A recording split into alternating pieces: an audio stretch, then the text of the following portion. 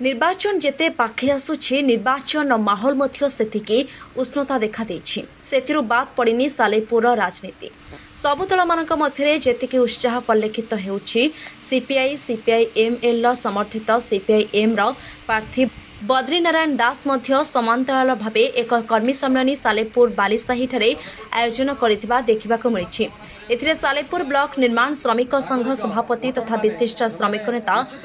सजेन्द्र बेहेरा सभापतित्व में बहु CPI CPIML कर्मकर्ता जोग देथिले। एथिरे सीपीआईएम रा विधायक प्रार्थी आगामी निर्वाचन भोटर मानकु निज सपक्ष में भोट पाई निवेदन करथिले। एथि सहित मां मानक पाखरे पानी पहुंचाइबा सह बहु ग्राम रे बहु दिन हेबो बंद होई पड़िथिबा शीतल भंडारर पूर्ण कार्यक्षम करिबा पाई ग्यारंटी देथिले। एतद व्यतीत से सालेपुर भोटर मानक उपरे विश्वास भरोसा रही से माने आमको जिताइबे। सीपीएम विधायक प्रार्थी सालेपुर निर्वाचन मंडल आम सालेपुर निर्वाचन मंडल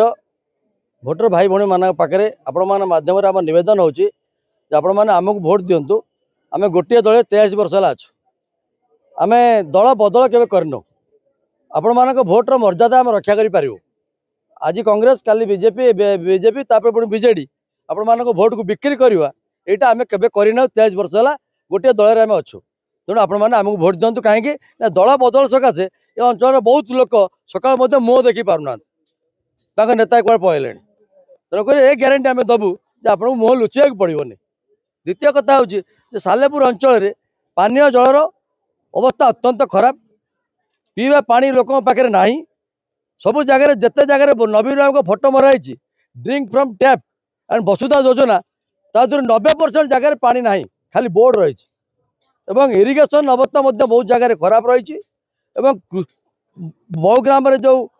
शीतल भंडार से दीर्घ वर्ष धरी प्रतिश्रुति दौरान खोलुना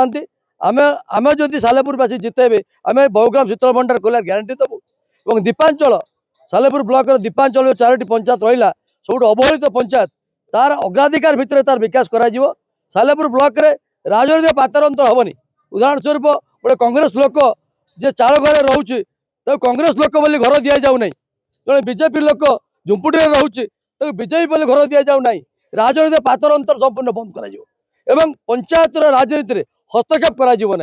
एमएलए काम नुह पंचायत भत्ता बांटा भत्ता बांटा सरपंच अच्छी विकास लोकाली सरपंच अच्छी पंचायत समिति अध्यक्ष अच्छा तेणु प्रत्येक निर्वाचित प्रतिनिधि समान अधिकार को संपूर्ण उपभोग करेंगे जदि आमको जितई लोक पाखे लोक पाख आम जाऊँ आमर निर्माण श्रमिक संघ में पाखापाखि 1000 रु ऊर्ध्व 2000 पाखापाखि लोक सभ्य अच्छा पाचिका संघ में पाखापाखि 500 रु 1000 सभ्य अच्छा विभिन्न जगह आमर आदिवासी मान आंदोलन रही दलित मान आंदोलन रही आम सहित अच्छा आम लोक पाखे अच्छु लोक आमको लोक भरोसा अच्छी लोक सब बुझती एक भरोसा अच्छी। मुझे रवि नारायण मल्लिक मु सीपीआईएम जड़े सीनियर लीडर जड़े मो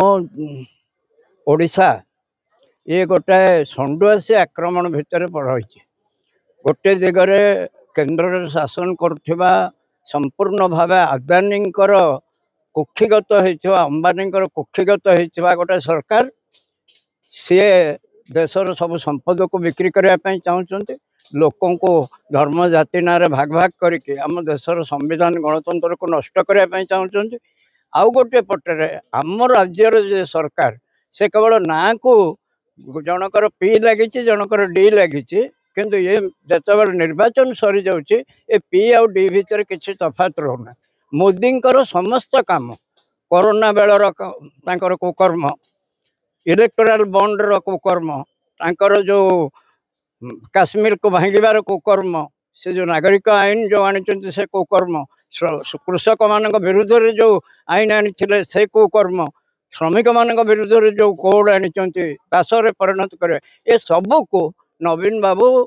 सरकार सी निर्लज भाव समर्थन कर तेणु आम कहूँ ये दुई अशुभ शक्ति को हरातु एवं आमको जनइले आम साधारण लोकंर स्वर को आम नहीं विधानसभा भितर रखिपारू लोकसभा भितर रखिपारू। Salepur Udit Narayan माहुंतଙ୍କ report ONM news.